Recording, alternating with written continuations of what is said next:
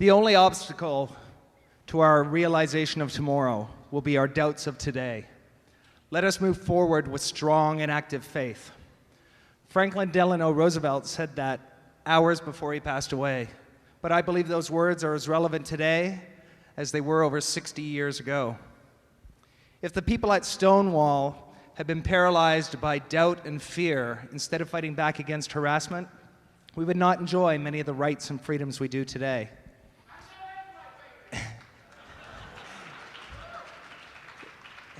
If there was doubt in the hearts of those fighting for sexual freedom, the sodomy laws in this country would not be invalidated with Lawrence versus Texas. If there was doubt in the minds of those that believe in equality, we would not have 7 governments and 5 US states legally recognize same-sex marriage. As we realize our tomorrows, let us not doubt the profound influence we have on others when we share our thoughts and our ideas, our dreams and our experiences. Let us not doubt that we can still make a difference in the fight against AIDS, prejudice, and inequality. Most importantly, let us not doubt ourselves.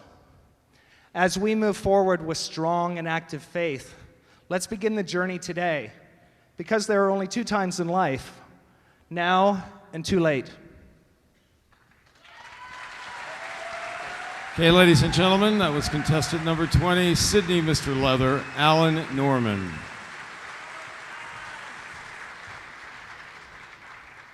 Our next contestant, contestant number 21, Mr. Leather, Ottawa, Brendan McGovern.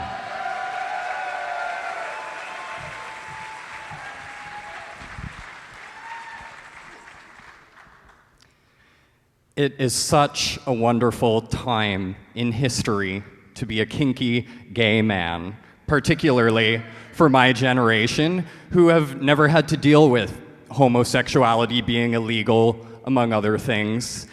Yet, I find a lot of gentlemen my age are, pardon the term, slaves to an idealized, unattainable image of what a gay man is supposed to be. And no matter how many of them insult me for enjoying being whipped, lit on fire, or electrocuted, I'm still gonna do it.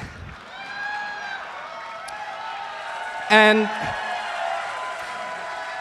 so many of you out there have been fighting for years, decades, for the rights of our community, and I thank you for it, and I want you to teach me and others how we can be better fighters for the rights of this community.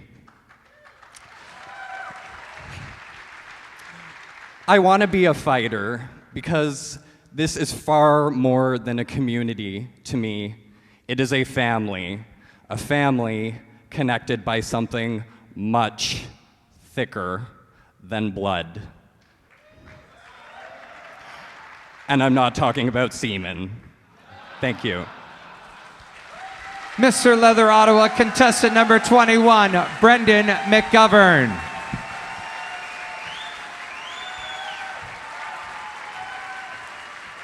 And now, ladies and gentlemen, welcome contestant number 22, Mr. Missouri Leather, Mike Lunter.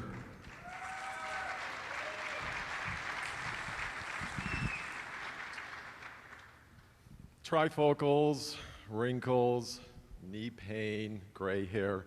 These are some things that I've experienced recently. On the other hand, working out, eating well, less knee pain, daddy image. These are some other things I've experienced too. And yeah, more gray hair. As I enter my 5th decade, I begin to reflect on what I want to leave behind, not so much money or items, but what do I want to pass on to our youth?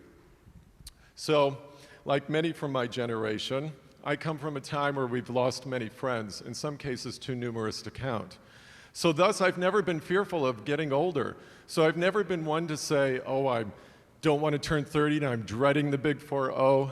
Instead, I embraced it and found that with every decade, it brings something wonderful if you're open and allow it to. So my message out there to those of you who are young or young at heart, celebrate every age. Celebrate pride, celebrate leather, celebrate all your fetishes. The poet Maya Angelou was once asked by someone her thoughts about aging. And I think she said it best when she said, "Do it. By all means, do it." Thank you. All right, ladies and gentlemen, contestant number 22, Mr. Missouri Leather, Mike Lunter. Our next contestant, Mr. Michigan Leather, contestant number 29, Dave Watt.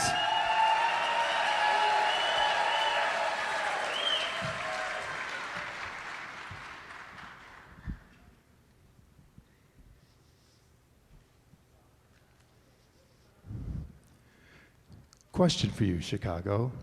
Where's the hottest spot to cruise? The hotel lobby, right? Yeah. You lock eyes with a hot guy across the room.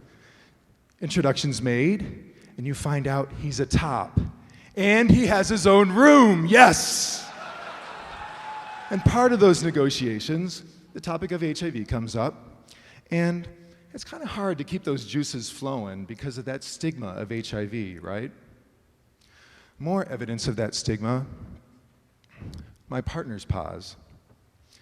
And he told me when we first got together that when he first found out, he didn't have sex for over 2 years.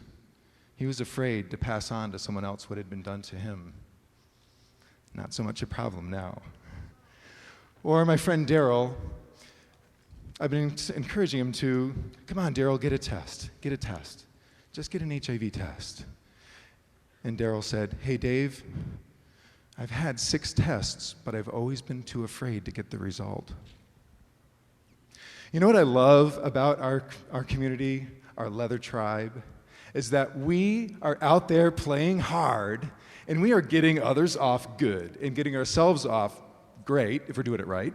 And by disclosing our status in all of those instances, we are reducing that stigma of HIV, because we have ways of making safe sex hot and hot sex safe. Am I right? And if you're not sure how, come find me. I'll show you how. See you in the lobby.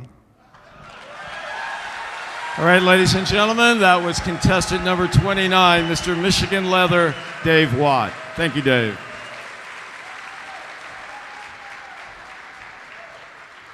And now let's bring to the stage contestant number 30, Mr. Atlanta Eagle. Welcome, Alan Penrod.